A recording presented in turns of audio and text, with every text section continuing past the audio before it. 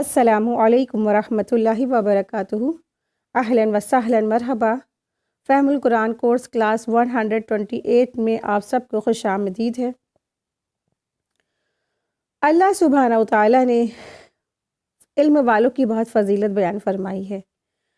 اور ابن ماجہ کی ایک حدیث سے پتہ چلتا ہے کہ قرآن کریم کا علم حاصل کرنے والے اہل قرآن یعنی قرآن والے کہلاتے ہیں۔ سبحان اللہ، ہے نا۔ آپ کو دیکھیے کہ کوئی کسی کے والے کہلائے، اہل کہلایا جائے، اور پھر جو قرآن پڑھنے والے ہوتے ہیں ان کو اہل القرآن کر کے مخاطب کیا جاتا ہے، بلایا جاتا ہے۔ تو یہ بھی ایک کیا ہے، ایک بہت بڑے فضل کی بات ہے۔ تو الحمدللہ ثم الحمدللہ، اللہ کا لاکھ لاکھ شکر ہے کہ اللہ تبارک تعالیٰ نے ہم سب کو اہل القرآن بنایا۔ تو اللہ سبحانہ و تعالیٰ سے دعا ہے کہ اللہ سبحانہ و تعالیٰ ہم سب کے والدین کے آخرت میں درجات کی بلندی فرمائے، اور ہم سب کے نجات کا ذریعہ بنا دے، اور ہم سب کو بہترین علم، نفع بخش علم اور بہترین نفع بخش عمل کرنے کی توفیق عطا فرمائے، آمین یا رب العالمین۔ نحمدہ و نصلی علی رسولہ الکریم، اما بعد، فاعوذ باللہ من الشیطان الرجیم، بسم اللہ الرحمن الرحیم۔ رب اشرح لی صدری ویسر لی امری واحلل عقدۃ من لسانی یفقہوا قولی، ربی زدنا علما، ربی یسر ولا تعسر وتمم بالخیر وبک نستعین، آمین یا رب العالمین۔ آج کا ہمارا لیسن ہے سورہ یوسف، آیت نمبر 21 to 35۔ آیت دیکھیے، آیت نمبر 21، بسم اللہ الرحمن الرحیم۔ وقال الذي اشتراه من مصر لامرأته أكرمي مثواه عسى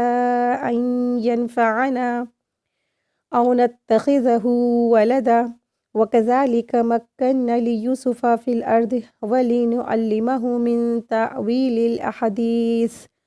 والله غالب على أمره ولكن أكثر الناس لا يعلمون۔ مصر والوں میں جس نے اسے خریدا تھا، اس نے اپنی بیوی سے کہا کہ اسے بہت عزت اور احترام کے ساتھ رکھو، بہت ممکن ہے کہ یہ ہمیں فائدہ پہنچائے یا اسے ہم اپنا بیٹا ہی بنا لیں۔ یوں ہم نے مصر کی سرزمین میں یوسف کا قدم جما دیا کہ ہم اسے خواب کی تعبیر کا کچھ علم سکھا دیں۔ اللہ تعالیٰ اپنے ارادے پر غالب ہے، لیکن اکثر لوگ بے علم ہوتے ہیں۔ تو اس طرح سے اس سوال کا جواب جو بنی اسرائیل نے نا رسول اللہ صلی اللہ علیہ وسلم سے پوچھا تھا، ان کا ٹیسٹ کرنے کے لیے کہ یہ سچے رسول ہے بھی کہ نہیں ہے نا، کہ انہوں نے مکہ کے ذریعے سے یہودیوں نے قریش مکہ کے ذریعے سے رسول اللہ صلی اللہ علیہ وسلم سے وہ جو سوال پوچھوایا تھا کہ بنی اسرائیل فلسطین کے علاقے سے نکل کے مصر کی طرف کیسے آباد ہوئے، تو یہاں اس کا جواب ہے،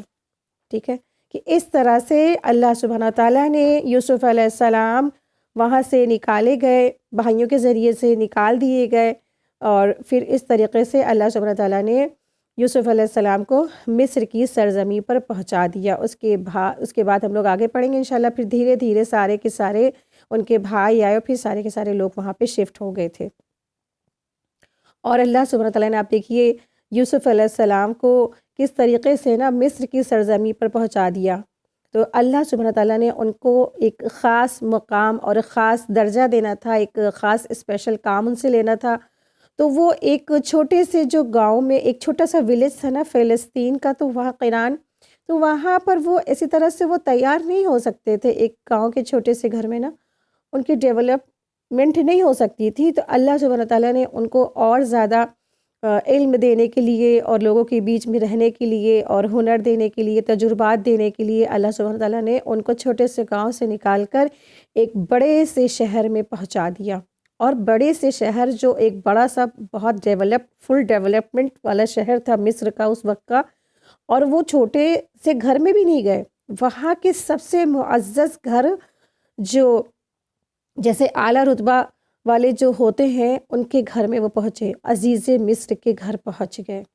ٹھیک ہے۔ تو وہ فائنینشیل منسٹر تھے۔ اب آپ دیکھیں کہ کسی بھی کنٹری کا جو منسٹر ہوتا ہے تو کیا مقام اور کیا رتبہ ہوتا ہے نا، اس کا ایک بڑا رتبہ اور بڑا مقام ہوتا ہے، اور تاکہ یوسف علیہ السلام یہ سب تمام چیزیں سیکھ سکے۔ تو یہاں پر دیکھیں کہ بظاہر تو بھائیوں نے حسد کا معاملہ کیا تھا نا، کہ ان کو جو ہے یوسف علیہ السلام کو کنویں میں پھینک دیا گیا، اور پھر اس طرح سے مصر کے بازار میں بکے، اور لیکن اللہ سبحانہ تعالیٰ کی پلاننگ تو دراصل کچھ اور تھی۔ آپ دیکھیں کہ جو ناشکرا انسان ہوتا ہے نا، وہ اے ٹو زیڈ ناشکری کرتا ہے نا، کہ میرے بھائیوں نے مجھ پر ظلم کیا، میں سوتیلا بیٹا تھا، مجھے کنویں میں پھینک دیا، پھر رونا پھر رونا پھر رونا، پھر میں یہاں بھی کہا میرے ساتھ وہاں ظلم ہوا، میں وہاں بھی کہا میرے ساتھ وہاں ظلم ہوا، وہاں بھی میں غلام بن گیا، میرے ساتھ وہاں بھی ظلم ہوا۔ لیکن نہیں، یہ انبیاء تھے، یہ شکر گزار بنتے تھے، ہے نا۔ انہوں نے اے ٹو زیڈ اللہ کا شکر ادا کیا، اللہ کے ہر فیصلے میں وہ راضی رہے۔ اللہ تعالیٰ نے ان کے لیے بہتر سے بہتر طریقے اور بہتر سے بہتر ان کے لیے معاملات کیا۔ ہر حال میں، ہر معاملے میں کیا تھی؟ ہر معاملے میں اللہ کی حکمت چھپی ہوئی تھی، اس میں بھی حکمت تھی۔ بھائیوں نے گھر سے نکالا، اس میں بھی حکمت تھی۔ کنویں میں ڈالے گئے، اس میں بھی حکمت تھی۔ پھر مصر کے بازار میں بکے، وہ بھی حکمت تھی۔ بھائی اگر گھر سے نہیں نکالتے تو پھر کیسے وہ مصر تک پہنچ جاتے؟ اور اگر کنویں میں نہیں پھینکتے تو وہ قافلے والا کیسے لے کے جاتا؟ اور پھر قافلے والے اگر نہیں بیچتے تو وہ عزیز مصر یعنی کہ فائنینشیل منسٹر کے گھر میں کیسے پہنچ سکتے تھے نا؟ ہر چیز اللہ کی پلاننگ سے ہوئی، طے ہوئی ہے نا۔ کتنی بڑی اللہ سبحانہ تعالیٰ پلاننگ ہے، بیٹر پلانر کرنے والے ہیں۔ بھائی نے حسد کی وجہ سے ان کو گھر سے نکال پھینکا، باپ کی محبت نہیں چاہتے تھے کہ ملے، ہے نا۔ اللہ سبحانہ تعالیٰ نے تو ان کے لیے بہتر سے بہتر ذریعہ بنا دیے، بہتر سے بہتر راستے بنا دیے۔ تو کوئی دنیا والا چاہے جتنا چھین لے، جتنا بھی چھین لے آپ سے، لیکن اللہ دینے پہ آ جائے نا تو کوئی آپ سے چھین نہیں سکتا ہے نا۔ اس پر ہمارا توکل کیوں نہیں ہوتا ہے؟ ہم کیوں کڑ کڑ کر رہتے ہیں؟ سارے فیملی والے کیوں کڑ کے رہتے ہیں کہ وہ ہمارا حق مان لیں گے، وہ ہماری چیزیں مان لیں گے؟ نہیں، اللہ دینے پہ آ جائے گا نا تو کوئی چھین نہیں سکتا ہے، اور اللہ اگر لینے پہ آ جائے تو کوئی گھر والا دے نہیں سکتا ہے۔ تو توکل علی اللہ ہونا چاہیے، کیونکہ آج ہمارے اندر نا توکل علی اللہ ختم ہو چکا ہے۔ اور توکل علی اللہ ختم ہوا، اس کے ساتھ ہی ساتھ کیا ختم ہوا؟ اللہ پر جو شکر کرنے کا جو تھا طریقہ وہ بھی ختم ہو گیا۔ لیکن آپ دیکھیں یوسف علیہ السلام کیا تھے، ان کا بہترین کیریکٹر یہاں پہ پتہ چلتا ہے اس سٹوری کو، اور یہ سچا احسن القصص ہے، سچا واقعہ ہے، جھوٹا بھی نہیں ہے۔ اللہ تبارک تعالیٰ بیان فرما رہے ہیں، بیان فرمانے والا کوئی عام معمولی انسان نہیں ہے، رب کائنات فرما رہے ہیں، ہے نا۔ تو کتنی ساری حکمتیں ملتی ہیں ہم سب کو، اس میں سے کتنے سارے سبق ملتے ہیں کہ اللہ سبحانہ تعالیٰ نے ان کے لیے بہتر سے بہتر معاملہ کیا، بہتر سے بہتر پلاننگ کی، اور ان کو اللہ سبحانہ تعالیٰ نے عزیز مصر جو ایک فائنینشیل منسٹر تھے ان کے گھر تک پہنچا دیا۔ اور کیا وہ منسٹر کیا کہہ رہے ہیں اپنی بیوی سے؟ عزیز مصر کیا کہہ رہے ہیں کہ اس کو خوب اچھے سے کھلاؤ پلاؤ، خاطرداری کرو، بیٹے کی طرح پالو اس کو، ایک غلام نہیں، یہ بیٹے کی طرح پالو، ہو سکتا ہم آگے چل کے اس کو اپنا بیٹا ہی بنا لیں، ہے نا۔ تو آپ دیکھیں کہ اس کے گھر میں اللہ سبحانہ تعالیٰ نے کیسے پہنچا دیا نا۔ تو اللہ سبحانہ تعالیٰ کی طرف سے ایسی چیزیں سیکھنے کے لیے نا ان کو جو ماحول فراہم کیا گیا، یعنی کہ اللہ سبحانہ تعالیٰ نے ایک بڑے سے منسٹر کے گھر میں پہنچا دیا تاکہ وہاں پر بھی جا کے وہ بہت ساری چیزیں وہاں سے سیکھ سکے، جڑ سکے، اور کیسے کیا ہوتا ہے ریاست کا کام وغیرہ، یہ سب طریقے اللہ سبحانہ تعالیٰ نے سکھانے کے لیے ان کو اتنے بڑے گھر میں پہنچا دیا، ٹھیک ہے۔ تو اس طریقے سے یوسف علیہ السلام مصر میں جا کر پہنچ گئے۔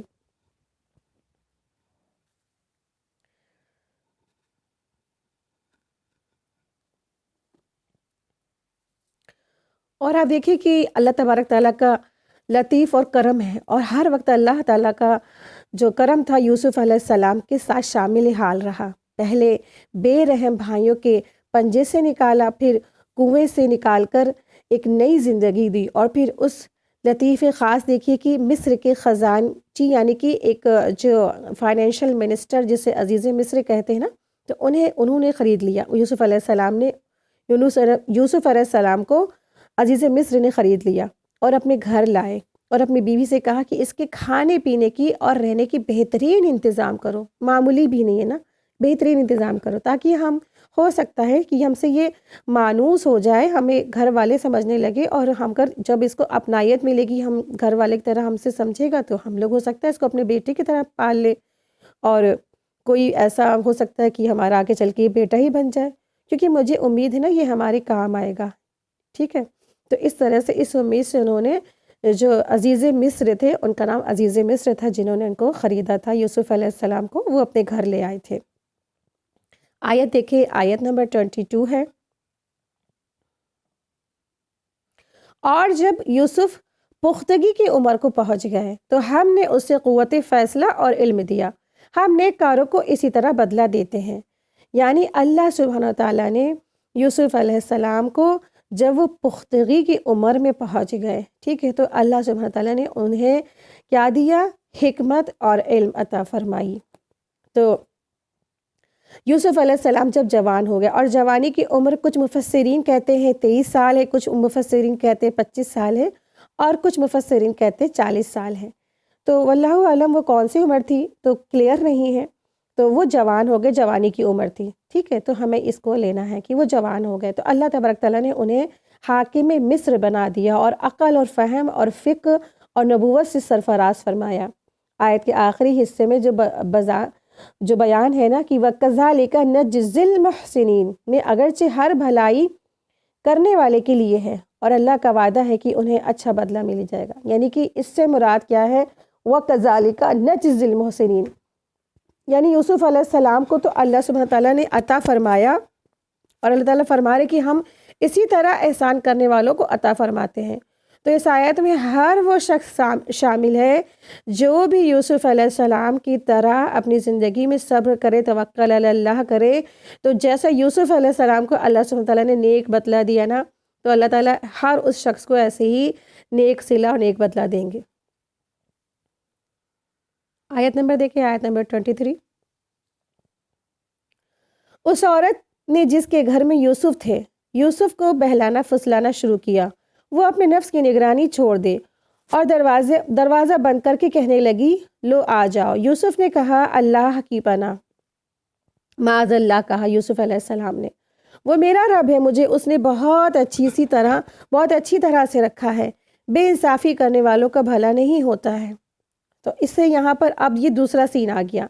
ایک سین ہم نے دیکھا، کیونکہ قرآن کریم کا یہ بیان کرنے کا طریقہ ہے کہ وہ ایک جو خاص بات ہوتی ہے اس کی طرف لے کے جاتا ہے، پوری A to Z نہیں لے کے آتا ہے۔ تو کچھ سین ہے، اور قرآن کریم کی ایک یہ بھی بات بہت خوبصورت ہے، معجزاتی بات ہے کہ جب بیان ہوتا ہے آیات تو جیسے لگتا ہے کہ یہ ہمارے سامنے منظر کھنچ گیا ہے، جیسے لگتا ہے ہمارے سامنے واقع ہو رہا ہے۔ تو ایک منظر، ایک سین یہ تھا کہ یوسف علیہ السلام بازار میں بک گئے، عزیز مصر ان کو لے آئے اور ان کی پرورش کی۔ پھر ایک دوسرا سین آیا ہمارے سامنے جب جو ہے یوسف علیہ السلام جوان ہو گئے، پختگی کی عمر میں پہنچ گئے، اور ان کو نبوت اور حکمت اور فقہ اور فہم اور دانائی سب کچھ عطا فرمائی۔ اب یہاں پہ تیسرا سین آ رہا ہے۔ تیسرا سین کیا ہے کہ جب ان کو اس جو عورت نے پرورش کی تھی، جو عزیز مصر نے کہا تھا نا کہ اس کو اچھے سے کھلاؤ پلاؤ، اپنا ہی دو کہ ہو سکتا ہے اس کو ہم لوگ اپنا بیٹا ہی بنا لے، ہے نا، تو جو بیٹے کی نیت سے پالنے والی جو عورت تھی، جب وہ جوان ہوئے تو جوانی میں وہ ان کا حسن اور زیادہ بہت زیادہ ہو گیا، تو حسن اور جمال دیکھ کر کے تو عزیز مصر کی بیوی ہی جو تھی ان کے اوپر کیا کرنے لگی؟ ڈورے ڈالنے لگی۔ تو یہاں سے حضرت یوسف علیہ السلام کا ایک نیا امتحان، ایک نئی آزمائش شروع ہو گئی۔ وہ کیا تھی؟ عزیز مصر کی بیوی، جس کو اس کے خاوند نے، اس کے شوہر نے تاکید کی تھی کہ یوسف علیہ السلام کو اکرام یعنی عزت اور احترام سے اس کے ساتھ رکھا جائے، گھر میں رکھا جائے، اور وہ حضرت یوسف علیہ السلام کے ساتھ، اور وہ حضرت یوسف علیہ السلام کے حسن اور جمال کو دیکھ کر کے رہ نہیں پائی، کنٹرول نہیں کر پائی، اور انہیں جو ہے عزیز مصر کی بیوی نے برے کام کی طرف دعوت دے ڈالی، جسے حضرت یوسف علیہ السلام نے ٹھکرا دیا۔ ٹھیک ہے، تو ایسا ہوتا ہے کہ اس طریقے سے جیسے عورت نے اس نے یہاں پہ کیا نا، اسی طریقے سے اکثر عورتوں کا یہی حال ہوتا ہے۔ تو یہ ہمارے سامنے کیوں لایا جا رہا ہے؟ کیونکہ اکثریت عورتوں کی اسی طریقے سے ہوتی ہے۔ آپ دیکھیں کہ عزیز مصر کی جو بیوی تھی نا، اس نے یوسف علیہ السلام سے فعل بد کا مطالبہ کیا، یعنی زنا کا مطالبہ کیا۔ اس عورت کے نام کی صراحت قرآن مجید میں اور احادیث میں نہیں موجود ہے، تو بہت سارے تفسیروں میں زلیخا نام لکھا ہے، لیکن جو بات ہمیں قرآن اور حدیث سے نہیں ملتی ہے تو ہم اس کو نہیں لے سکتے ہیں، بس ہم ایسا ہی کہہ سکتے ہیں کہ عزیز مصر کی بیوی ہے۔ اور یہاں اللہ تبارک تعالیٰ نے اور آپ دیکھیں کہ نام نہیں لائے اللہ سبحانہ تعالیٰ، تو اس کی کوئی وجہ ہوگی نا، کہ اللہ سبحانہ تعالیٰ نام لے آتے نا تو سب سمجھتے کہ وہ وہی بیوی ہوگی، وہی عورت ہوگی نا، کوئی ایک عام جنرلی بات نہیں ہے۔ اور جب نام نہیں آیا تو یہ ہر دور میں، ہر معاشرے میں ہو سکتا ہے ایسی بیویاں اور ایسی عورتیں رہی ہوں، تو ہر ایک سے خطاب ہے، اگر کوئی اس کام میں ملوث ہے تو وہ اپنی حفاظت کر لے، اپنی اصلاح کر لے، ٹھیک ہے؟ تو ہر عورت اس سے مراد ہو سکتی ہے جو اس طرح کے فعل بد کی طرف ایک نوجوان پاک صاف مرد کو دعوت دے۔ تو جب قرآن مجید میں نام نہیں آیا تو اس کا مقصد یہی ہے کہ ہر عورت اس سے مخاطب ہے جو اس طرح کی برائی میں وہ مبتلا ہو۔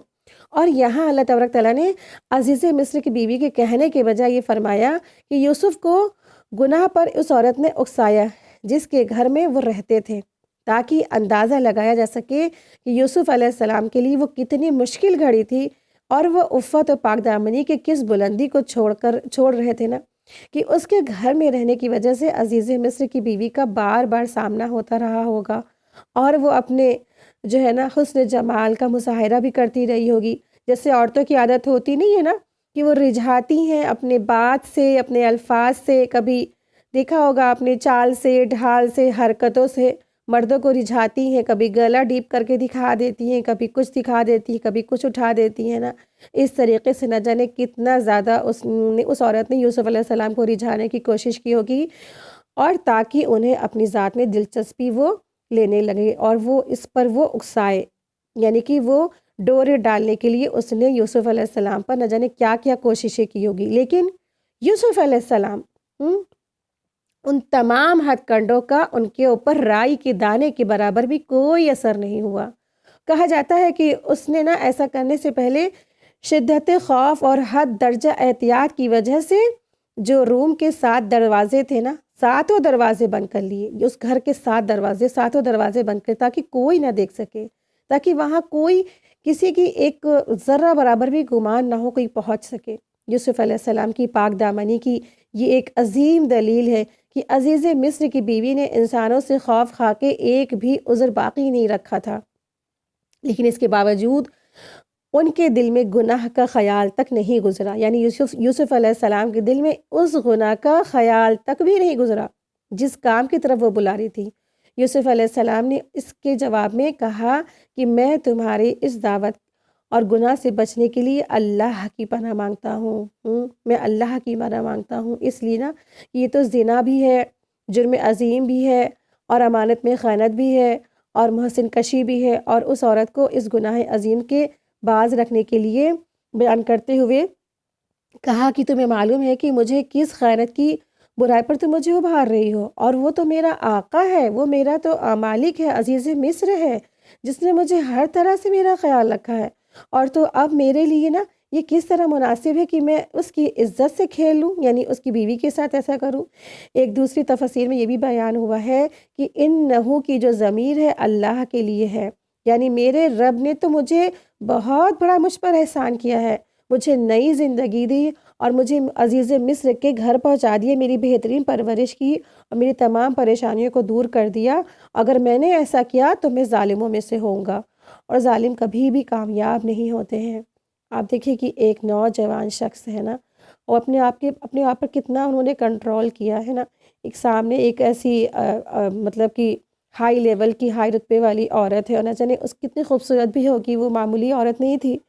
اور اس کے باوجود وہ نہ جانے اس نے کیا کیا شوق شنگار، سجاوٹ، خوشبو ہے نا، سب کچھ اس نے اختیار کیا ہوگا۔ اور پھر آپ دیکھیں یوسف علیہ السلام کا کریکٹر کہ انہوں نے اپنے آپ کو کنٹرول کرتے ہوئے اس کی اس جو ہے مطالبے کو ٹھکرا دیا۔ تو ہمیں بھی ایسا ہی ہونا چاہیے، چاہے آپ کے سامنے کوئی بھی شخص آ جائے، کیسی بھی بات لے کر آ جائے نا، لیکن غلط بات کی طرف آپ کو جب بھی کوئی دعوت دے، ایسے ہی آپ کو یوسف علیہ السلام کو یاد کرنا ہے، اس کی اس ڈیمانڈ کو ٹھکرا دینا ہے۔ کیونکہ آپ دیکھیں کہ جو ہے نا عورتیں دراصل کیا ہوتی ہیں کہ کبھی بھی شیطان ان کے اوپر آ سکتا ہے نا، کوئی بھی شیطان کہیں سے بھی اس کے اوپر حملہ آور ہو سکتا ہے۔ اسی لیے رسول اللہ صلی اللہ علیہ وسلم نے فرمایا تم میں سے کوئی شخص کسی عورت کے ساتھ خلوت میں نہ جائے سوائے محرم کے۔ اسی لیے آپ صلی اللہ علیہ وسلم نے یہ نصیحت فرمائی ہے کہ کسی عورت کو کسی غیر محرم کے ساتھ ایک بند کمرے میں اکیلے نہیں ہونا چاہیے، ٹھیک ہے؟ یہ بخاری کی حدیث ہے 5233۔ اور کیوں نہیں ہونا چاہیے، اس کا بھی جواب ہمیں ایک اور حدیث دیتی ہے کہ رسول اللہ صلی اللہ علیہ وسلم نے فرمایا جب بھی کوئی شخص کسی اجنبی عورت سے خلوت اختیار کرتا ہے تو ان کے ساتھ تیسرا جو ہوتا ہے وہ شیطان ہوتا ہے، ٹھیک ہے؟ تو شیطان ان کے ساتھ ہو جاتا ہے، مسند احمد کی حدیث ہے۔ تو شیطان کس چیز کا حکم دیتا ہے؟ وہ کہے گا آؤ ہم دونوں عبادت کریں، نہیں، وہ عبادت کی طرف نہیں، وہ تو اس نے تو وعدہ کیا تھا اللہ سے تعالیٰ کہ ہم آپ کے بندوں کو بہکائیں گے، یہ ہم آپ سے وعدہ کرتے ہیں، میں آپ کی عزت و جلال کی قسم کھا کے کہتا ہوں کہ میں آپ کے بندوں کو بہکاؤں گا، ان کے دائیں سے آؤں گا، بائیں سے آؤں گا، آگے سے آؤں گا، پیچھے سے آؤں گا، نیچے سے آؤں گا، سب طرف سے ان کو اللہ آپ کے نا حکم کا فرما برداری کبھی نہیں کرنے دوں گا۔ تو وہ ان کو زنا کی طرف بلاتا ہے، دونوں جو مرد عورت اکیلے تنہا اکیلے بیٹھے، کہیں گھر میں ہے، باہر ہے، تنہائی میں ہے، کہیں بھی کوئی خلوت مل گئی، یہ نہ سمجھے کہ ایک روم کی خلوت ہوتی ہے تنہائی، تو وہ کہیں کی بھی تنہائی مل گئی، سفر کی تنہائی مل گئی، کہیں کی بھی تنہائی مل گئی، تو وہ کیا ہو جاتا ہے، تیسرا جو شخص ہوتا ہے ان میں شیطان ہوتا ہے، یعنی کہ وہ زنا کی طرف ان کو ایک دوسرے کی طرف دعوت دیتا ہے، ایک دوسرے کو طرف لاتا ہے، زنا کی طرف موٹیویٹ کرتا ہے شیطان، دل میں ایسے برے خیالات، دل میں ایسی بری باتیں لاتا ہے، تو اس طریقے سے وہ گمراہ کرتا ہے دونوں کو، ٹھیک ہے؟ تو یوسف علیہ السلام نے کیا فرمایا؟ قال معاذ اللہ انہ ربی احسن مثوایا انہ لا یفلح الظالمون، کہ وہ کہتے ہیں کہ میں اللہ کی پناہ مانگتا ہوں، بے شک اسی نے، میرا رب ہے جس نے مجھے بہترین ٹھکانہ دیا، اور بے شک جو ہے نا کبھی بھی ظالم لوگ فلاح نہیں پا سکتے ہیں، کیونکہ اللہ سبحانہ تعالیٰ نے ان کے اوپر کتنے احسان کیے، کتنے چیزیں عطا فرمائی، بہترین گھر دیا، بہترین ٹھکانہ دیا، بہترین رہنے کو دیا، بہترین شہر دیا، بہترین لوگ دیے، اور پھر اللہ کی ناشکری کریں اس گناہ کر کے، نا کتنی بڑی ان کی یہ کریکٹر ہے۔ آپ دیکھیں یوسف علیہ السلام کا، اور آج کل کے انسان اللہ تعالیٰ کی تمام نعمتوں کو کبھی گنتے بھی نہیں ہیں، اور گناہ پہ گناہ ایسے کرتے ہیں جیسے کہ ہماری کوئی ہیبٹ ہے۔ اسی لیے رسول اللہ صلی اللہ علیہ وسلم نے فرمایا 7 قسم کے جو لوگ ہیں گے انہیں اللہ سبحانہ تعالیٰ قیامت کے دن اپنے عرش کے سائے کے نیچے جگہ دیں گے، ٹھیک ہے؟ تو پہلا وہ شخص ہے جو عادل بادشاہ ہے، دوسرا وہ جو شخص ہے جو جوان، جس نے اپنی جوانی اللہ تعالیٰ کی عبادت میں گزاری، ایسا نوجوان شخص جس نے اپنی ساری جوانی اللہ تعالیٰ کی عبادت میں گزار دی۔ تیسرا وہ شخص ہے جس کا دل مسجد کے ساتھ اٹکا رہتا ہے، یعنی کب اذان ہو اور کب وہ نماز کے لیے جائے۔ اور چوتھا وہ شخص ہے جو آپس میں محبت اس لیے کرتے ہیں، صرف اللہ کی خاطر محبت رکھتے ہیں، اور جب ملتے ہیں تو اسی لیے ملتے ہیں کہ اللہ کی خاطر، اور جدا ہوتے ہیں اس لیے پھر اللہ کی خاطر، یعنی آپس میں ایک دوسرے کی محبت ہوتی صرف اللہ کی خاطر۔ پانچواں وہ شخص ہے جو صدقہ دیتا ہے اور اتنا پوشیدہ رکھتا ہے کہ اس کے دائیں ہاتھ کے خرچ کی خبر بائیں ہاتھ کو نہیں ہوتی ہے۔ چھٹا وہ شخص جسے کوئی جائے اور منصب والی، صاحب حسن والی، جو جمال والی جو عورت اپنی طرف بلائے اور وہ کہہ دے کہ میں اللہ سے ڈرتا ہوں، جیسے یوسف علیہ السلام نے کہا کہ قال معاذ اللہ، میں اللہ کی پناہ مانگتا ہوں، میں اللہ سے ڈرتا ہوں۔ اور ساتواں وہ شخص ہے جس نے تنہائی میں اللہ کو یاد کیا اور پھر اس کی آنکھوں سے آنسو جاری ہو گئے، ٹھیک ہے؟ یہ 7 قسم کے جو لوگ ہوں گے، انہیں یہ اسپیشل لوگ ہوں گے جنہیں اللہ تعالیٰ قیامت کے دن اپنے عرش کے سائے تلے جگہ عطا فرمائے گا، جس دن کوئی سایہ نہیں ہوگا دنیا میں، اور زمین کیا ہوگی، بالکل کھولتی ہوئی تانبے کی طرح، آگ کی طرح جلتی ہوئی ہوگی۔ یہ بخاری شریف کی حدیث نمبر 660 ہے اس کا نمبر۔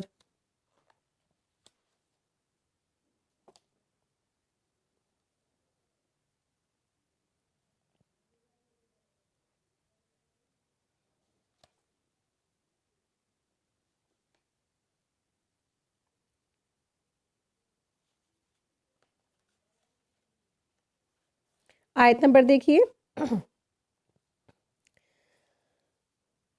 آیت نمبر 24۔ اس عورت نے یوسف کی طرف کا قصد کیا اور یوسف اس کا قصد کرتے، اور اگر وہ اپنے پروردگار کی دلیل پر نہ دیکھتے تو یوں نہیں ہوا، اور اس واسطے کہ ہم اس سے برائی اور بے حیائی دور کر دیں، بے شک وہ ہمارے چنے ہوئے بندوں میں سے تھا، ٹھیک ہے؟ تو یہاں پر بھی یوسف علیہ السلام کی اللہ سبحانہ تعالیٰ نے حفاظت فرمائی، اور اس عورت نے کیا کیا، اس عورت نے دراصل یوسف علیہ السلام کے اوپر ڈورے ڈالنے کی کوشش کی، اور لیکن اللہ سبحانہ تعالیٰ نے ان کی حفاظت فرمائی، اور پھر کیونکہ اللہ سبحانہ تعالیٰ نے آپ کو، یعنی یوسف علیہ السلام کو ایک خاص منصب کے لیے چنا تھا نا، اور کیونکہ وہ ایک اللہ سبحانہ تعالیٰ کے اسپیشل بندے تھے، انہم من عبادنا مخلصین، کیونکہ وہ اللہ تبارک تعالیٰ کے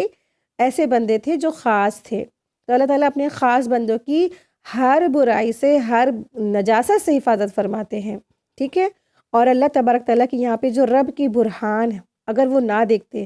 تو اس کے معنی یہ ہیں کہ رب کی طرف سے کوئی ایسی چیز یوسف علیہ السلام کو دکھائی گئی جسے دیکھ کر آپ نفس کے داعیہ کے دبانے اور رد کرنے میں کامیاب ہو گئے، یعنی کہ اپنے نفس سے، کیونکہ نفس بھی کیا ہوتی ہے، کبھی کبھی برائی کا حکم دے دیتی ہے، تو اللہ تبارک تعالیٰ کی دیے گئے برہان کو دیکھ کر کے وہ اپنے نفس کو دبانے میں کامیاب ہو گئے۔ اللہ تعالیٰ اپنے پیغمبروں کی اسی طرح حفاظت فرماتے ہیں، ٹھیک ہے۔ اور یعنی جس طرح نا یوسف علیہ السلام کو برہان دکھا کر برائی اور اس کے ارادے سے بچا لیا، اسی طرح ہم نے ہر معاملے میں برائی اور بے حیائی کی باتوں سے دور رکھنے کا اہتمام کیا، کیونکہ وہ اللہ سبحانہ تعالیٰ کے اسپیشل بندے تھے، مخلصین میں سے تھے۔ آیت نمبر 25 دیکھیے، دونوں دروازے کی طرف دوڑے اور اس عورت نے یوسف کا کرتا پیچھے کی طرف سے کھینچا اور پھاڑ دیا، اور دروازے کے پاس ہی عورت کا شوہر دونوں کو مل گیا، تو کہنے لگی جو شخص تیری بیوی کے ساتھ برا ارادہ کرے بس اس کی سزا تو یہی ہے کہ اسے قید کر دیا جائے اور کوئی دردناک سزا دی جائے۔ آپ دیکھیں کہ یہ بھی ایک سین ہے، ایک منظر ہے کہ یوسف علیہ السلام کو عورت دعوت دے رہی ہے برائی کی طرف، لیکن یوسف علیہ السلام بھاگ رہے ہیں اس عورت سے بچ کر کے، اور جب بھاگے تو دونوں دروازے کے پاس پہنچے تو جب اس عورت نے دیکھا کہ سامنے میرا شوہر ہی آ گیا ہے نا، تو اس نے کیا کیا، الٹا بلیم کر دیا، جھوٹے الزام لگا دیا۔ ابھی جس غلط کام کی طرف وہ خود دعوت دے رہی تھی، شوہر کو دیکھتے ہی کے ساتھ ہی اس نے کیا کیا، الٹا بلیم کر دیا، الٹا الزام یوسف علیہ السلام پر ہی لگا دیا۔ تو جب حضرت یوسف علیہ السلام نے دیکھا کہ آپ دیکھیں کہ یوسف علیہ السلام نے دیکھا کہ جو عورت ہے نا وہ برائی کے ارتکاب میں بہت زیادہ ہے، تو وہ باہر بھاگنے کے لیے دروازے کی طرف دوڑے۔ یوسف علیہ السلام کے پیچھے انہیں پکڑنے کے لیے عورت بھی دوڑی، اور یوں دونوں دروازے کی طرف لپکے اور دوڑے، اور پھر جو عورت ہے نا اس نے یوسف علیہ السلام کا کرتے کو کھینچا۔ تو کرتا کدھر سے پکڑے گا نا، جب انسان بھاگ رہا ہوگا تو ظاہر سی بات ہے کرتا انسان پیچھے سے پکڑے گا نا، فرنٹ سے تو نہیں پکڑے گا بھاگنے والے شخص کا۔ تو اس عورت نے یوسف علیہ السلام کا کرتا پیچھے کی طرف سے پکڑا اور وہ پھاڑ ڈالا، اور پھر جیسے دروازے کے پاس اس نے اپنے شوہر کو دیکھا تو معاملہ سارا اس نے الٹ الزام لگا دیا یوسف علیہ السلام پر۔ تو یوسف علیہ السلام دراصل پھر انہوں نے کہا کہ آپ دیکھیں کیا فرمایا، آیت نمبر 26 دیکھیں۔ یوسف نے کہا کہ یہ عورت ہی مجھے پھسلا رہی تھی، اور عورت کے قبیلے ہی کے ایک شخص نے گواہی دی کہ اگر اس کا کرتا آگے سے پھٹا ہے تو عورت سچی ہے اور یوسف جھوٹ بولنے والوں میں سے ہے، ٹھیک ہے۔ یعنی خاوند کو جیسے اس نے دیکھا وہ عورت خود معصوم بن گئی تھی، اور سارا جرم اس نے یوسف علیہ السلام پر ڈال دیا، اور اس نے ساتھ ہی ساتھ سزا بھی تجویز کر لی کہ اس کو جو ہے قید کر دیا جائے۔ لیکن یوسف علیہ السلام نے اپنے الزام جو اس پہ ڈالا تھا، اس عورت نے کہا کہ یہ کیا ہے، یہ جھوٹ بولی، میں نے ایسا کچھ نہیں کیا، اور میں نے اس کی جو غلط بات کی طرف مجھے دعوت دے رہی تھی میں نے اس کو منع کیا۔ تو اپنی صفائی میں بھی یوسف علیہ السلام نے اپنی جو ہے سچ بتا دیا کہ یہ عورت مجھے غلط بات کی طرف پھسلا رہی تھی۔ تو عورت کے قبیلے سے مراد یہاں پر انہی کے خاندان کا کوئی سمجھدار جو شخص تھا جس نے یہ فیصلہ کیا کہ اگر کرتا جو ہے نا، جو یوسف علیہ السلام کا کرتا سامنے سے پھٹا ہے تو عورت سچی ہے۔ تو دیکھیں کہ ہر دور میں ایک سے ایک جو ہے ٹیلنٹڈ لوگ، CID ٹائپ کے لوگ رہتے تھے، تو اس زمانے میں بھی وہ اس طرح کے جاسوس اور CID تھے، تو انہوں نے اس طریقے سے اس کا حل نکالا۔ تو جب سامنے سے کوئی حملہ کرتا ہے آپ کے اوپر تو اپنے آپ کو بچانے کے لیے سامنے والا پھر زور زبردستی جب ہوتا ہے تو کرتا ظاہر سی بات ہے سامنے سے پھٹے گا، لیکن اور دوسرا جو شخص ہے وہ کسی جرم سے بھاگ رہا ہے، پیٹ پھیر کے بھاگ رہا ہے، اور کرتا اگر پیچھے سے پھٹ گیا نا تو ظاہر سی بات ہے کرتا پیچھے سے پھٹ جائے گا۔ تو اس طرح سے اس نے کہا کہ اگر کرتا کہاں سے پھٹا ہوا ہے تو فرنٹ سے پھٹا ہے، سامنے سے پھٹا ہے، تو عورت سچی ہے اور یوسف جھوٹ بولنے والا ہے۔ دیکھیں آیت نمبر 27، اور اگر اس کا کرتا پیچھے کی جانب سے پھاڑا گیا ہے تو عورت جھوٹی ہے اور یوسف سچوں میں سے ہے۔ آیت نمبر 28 دیکھیں، تو خاوند نے جو دیکھا کہ یوسف کا کرتا پیٹھ کی جانب سے پھاڑا گیا ہے تو صاف کہہ دیا کہ یہ تو تم عورتوں کی چال بازی ہے، بے شک تمہاری چال بازی بہت بڑی ہے۔ تو آپ دیکھیں یہ جو شوہر تھے تو یہ جان گیا تھا کہ واقعی میں میری ہی جو بیوی ہے اسی کی یہ غلط حرکت ہے، تو اس نے کہا کہ واقعی میں تم عورتوں کی جو چال بازی ہے نا بہت بڑی ہے۔ تو اس سے مراد بہت سارے لوگ ساری تمام عورتوں کو کہنے لگتے ہیں، تو ساری تمام عورتیں نہیں ہیں، ٹھیک ہے، ساری ہی عورتیں نہیں ہیں غلط، کچھ عورتیں ہیں جو اس کیریکٹر کی ہیں، جن کے اندر اس طریقے کا کیریکٹر پایا جاتا ہے کہ پہلے تو لوگوں کو مردوں کو رجھاتی ہیں، بلاتی ہیں، برائی کی طرف دعوت دیتی ہیں، اور جب پریگننسی ہو جاتی ہے، کوئی ایسی بات ہو جاتی ہے جو نہیں پسند ہے، تو پھر الٹا سارا کا سارا بلیم مرد پر پھوڑنے لگتی ہے نا۔ تو اس طرح کی جو عورتیں ہوتی ہیں تو وہ کیا ہے، اسی میں شامل ہیں۔ تو اس نے کہا انہو من کیدکن ان کیدکن عظیم۔ تو جو عورتیں اس طرح کے کیریکٹر میں آتی ہیں نا تو وہ ہیں، یعنی جو اس طرح کی چالیں چلتی ہیں اور جو اس طرح سے مردوں کو رجھاتی ہیں اور سب کرتی ہیں تو وہ اس میں آ جاتی ہیں، ساری کی ساری تمام عورتیں اس میں شامل نہیں ہیں۔ تو یہ بات غلط ہے کہ اس آیت کو رکھ کر آج بہت سارے لوگ کیا کرتے ہیں، تو آیتوں کا غلط مطلب غلط مفہوم نکال کر کے اسی آیت کو ہائی لائٹ کر کے تمام جتنی بھی عورتیں سب کو بلیم کرتے ہیں، تو یہ بالکل غلط بات ہے۔ آپ دیکھیں کہ مریم علیہ السلام کتنی پاکیزہ تھی نا، عائشہ رضی اللہ عنہ کتنی بہترین عورت تھی کہ اللہ کے رسول صلی اللہ علیہ وسلم نے ان کی تعریف فرمائی، اور خدیجہ رضی اللہ عنہ کتنی پاک باز اور کتنی بہترین عورت تھی کہ اللہ سبحانہ تعالیٰ نے ان کے لیے خود سلام بھیجا ہے۔ تو یہ سب کیا ہے کہ ساری عورتیں نعوذ باللہ ایسا نہیں ہے، ساری عورتیں ایک جیسی نہیں ہوتی ہیں، تمام عورتوں پر ان کو فضیلت حاصل ہے۔ تو اور اللہ کی بہترین بندیاں ہیں، تقوی والی اور بہترین بندیاں ہر زمانے میں موجود رہی ہیں، ہمیشہ ہر عورت بری نہیں ہوتی، غلط نہیں ہوتی ہے۔ تو یہاں پر جن عورتوں کی بات کی گئی ہے تو وہ جو عزیز مصر کی عورت تھی اس کے بارے میں ہے، اس طرح کی جو بھی رہی ہوں گی جس زمانے میں، وہ ساری عورتیں مراد ہیں۔ آیت نمبر 29 دیکھیے، یوسف اب اس بات کو آتی جاتی کرو اور اے عورت تو اپنے گناہ سے توبہ کر، بے شک تو گناہ گاروں میں سے ہے۔ تو یہ جو عزیز مصر ہیں، جو فائنینشیل منسٹر تھے، جو یوسف علیہ السلام کی تربیت کرنے والے، پرورش کرنے والے، تو وہ فرما رہے تھے، وہ کہہ رہے تھے کہ یوسف اس بات کو کیا کرو، تم رفع دفع کر دو، جاتا آتا کرو، آتا جاتا نہیں، رفع دفع کر دو، جانے دو، ختم کرو، ٹھیک ہے۔ اور اپنی بیوی سے کیا کہا، توبہ کر لو، توبہ کر لو، ہے نا۔ کتنا شخص بھی کتنے بہترین تھے، اور کوئی شخص بتا، کوئی اور شوہر ہوتے تو کیا حال کرتے نا، شاید ایک چھرا ہی لے کے اپنی بیوی کے گھونپ دیتے، یا یوسف علیہ السلام کے ہی نا، کیونکہ کچھ وقت کے لیے ان کو بھی شک ہوا تو یا یوسف علیہ السلام کے ہی گھونپ دیتے یا مرڈر کر دیتے ہیں نا۔ لیکن یہ جو عزیز مصر تھے یہ بھی بہت تقوی والے، بہترین اور شخصیت ان کی پتہ چلتی ہے کہ انہوں نے کیا کیا، اپنے جو عورت تھی اس سے کہا کہ تم اللہ کے آگے، اللہ کے دربار میں توبہ کرو، استغفار کرو، اور بے شک تو کیا ہے، گناہ گاروں میں سے ہے، کہ تو نے ایک پاک باز شخصیت پر تو نے ایسا الزام لگایا۔ اور اس سے پتہ چلتا ہے کہ یہ بھی جو شخص تھے یہ بھی بہترین شخص تھے۔ اور اس سے یہ بھی پتہ چلتا ہے کہ جو عزیز مصر تھے نا، ان پر حضرت یوسف علیہ السلام کی پاک دامنی واضح ہو گئی تھی، جبھی سے انہوں نے کہا تھا نا کہ اے یوسف اس بات کو رفع دفع کرو، یعنی چلتا کرو، ختم کرو، اور اس عورت سے کہا کہ تم توبہ کرو۔ آیت نمبر 30 دیکھیں، اور شہر کی عورتوں میں چرچا ہونے لگا کہ عزیز مصر کی بیوی اپنے جوان یعنی غلام کو اپنا مطلب نکالنے کے لیے بہلانے پھسلانے میں لگی رہتی ہے۔ تو ان کے دل میں بھی یوسف علیہ السلام کی محبت بیٹھ گئی، تو ہمارے خیال میں تو وہ سری گمراہی میں ہے۔ یعنی کہ یہ واقعہ دراصل جب ایسا ہوا تو کوئی بھی بات ایسی جو ہوتی ہے خاص کر کے وہ چھپی نہیں رہتی ہے نا، تو ہو سکتا ہے گھر میں آنا جانا ہو سرونٹس کا، اور پھر آگ کی طرح یہ بات پھیل گئی، جیسے جنگل میں آگ پھیلتی ویسے یہ بات بھی ان کے شہر میں پھیل گئی، اور مصر کی جو تمام عورتیں تھیں ان یوسف علیہ السلام اور عزیز مصر کی بیوی کا چرچا یہ جو تھا عام ہو گیا، اور عورتیں تعجب کرنے لگیں کہ اگر عشق کرنا ہی تھا اس عورت کو تو کوئی صاحب حیثیت جمال اور حسین سے کرتی، اور اس نے تو کیا کیا، اپنے ایک ایسے چھوٹے سے غلام سے، بچے سے عشق محبت کے اس میں پھنس گئی۔ تو اس طرح سے وہ باتیں بنانے لگیں. ٹھیک ہے، تو یہ باتیں اس طرح سے بنانے لگیں، اس کے بارے میں بھی ابھی ہم لوگ آگے پڑھیں گے کہ یہ باتیں اس طریقے سے بنا کیوں رہی تھی. دراصل آیت دیکھیں، آیت نمبر 31. اس نے جب ان کی اس فریب غیبت کا حال سنا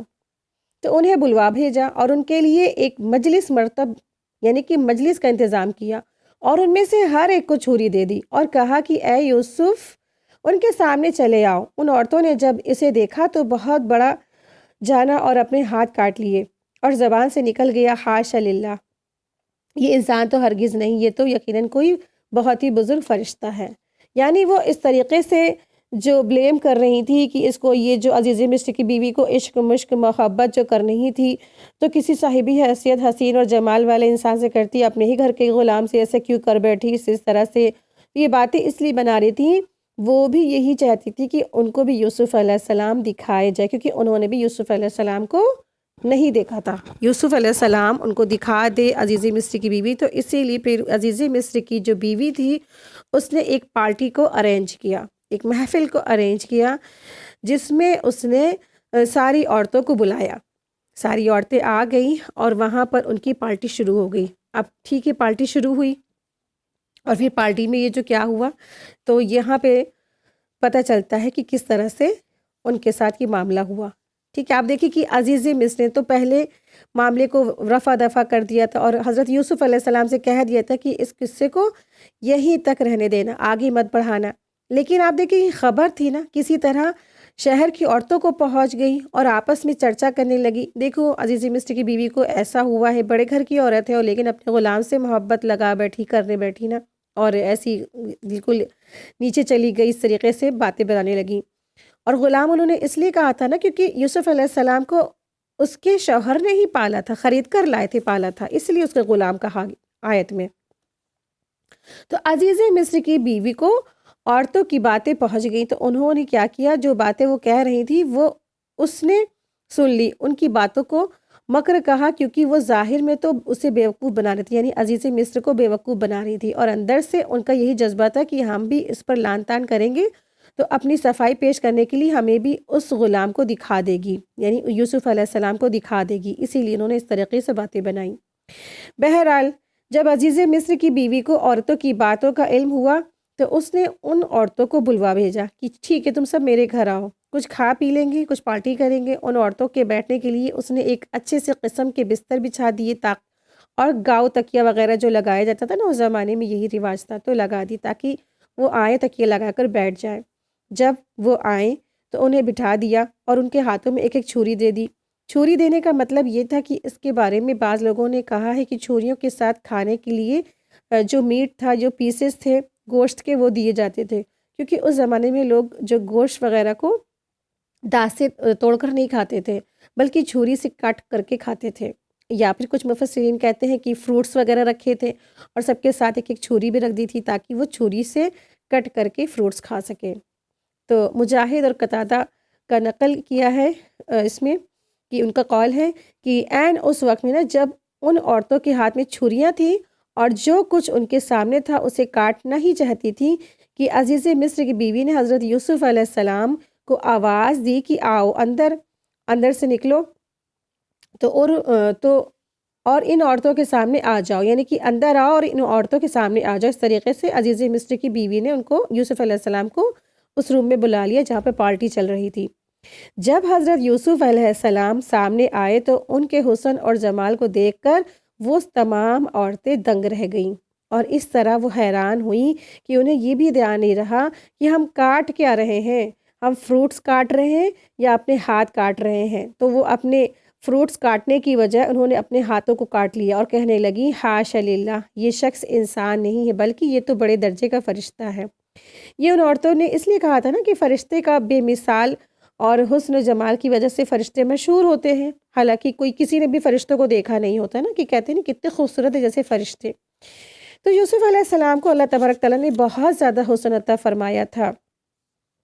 اور اللہ کے رسول صلی اللہ علیہ وسلم فرماتے ہیں کہ یوسف علیہ السلام کو نصف حسن دیا گیا تھا. ٹھیک ہے، یہ مسلم کی حدیث ہے.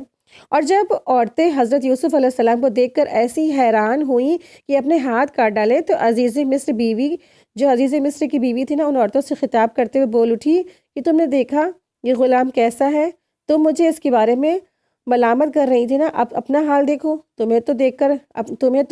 نے تو اس کو دیکھ کر اپنے ہاتھ کاٹ ڈالے ہیں۔ یہ بات کہہ کر اس عورت نے اپنی صفائی پیش کر دی، بلکہ اپنی ہی مجبوری ظاہر کر دی، اور میں عاشق نہ ہوتی تو کیا کرتی، وہ تو چیز ہی ایسی ہے نا، تو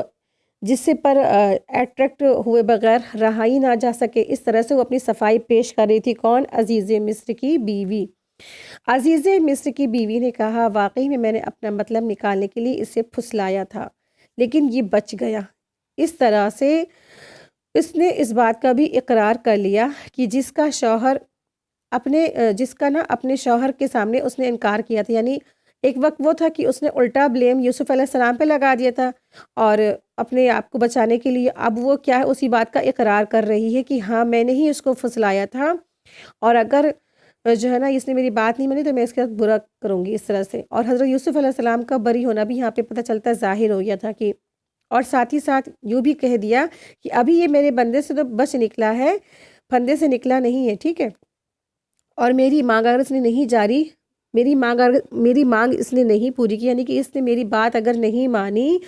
تو میں اسے کیا کروں گی، جیل بھجوا دوں گی، دھمکی دے رہی ہے، اور اس سے ذلت اٹھانی پڑے گی، اس طریقے سے اس نے دھمکیاں دی۔ تو آیت نمبر 32 کا ہی بتا دیا تھوڑا بہت، یہ پورا اس طریقے سے یہ ماجرا، یہ پورا واقعہ تھا۔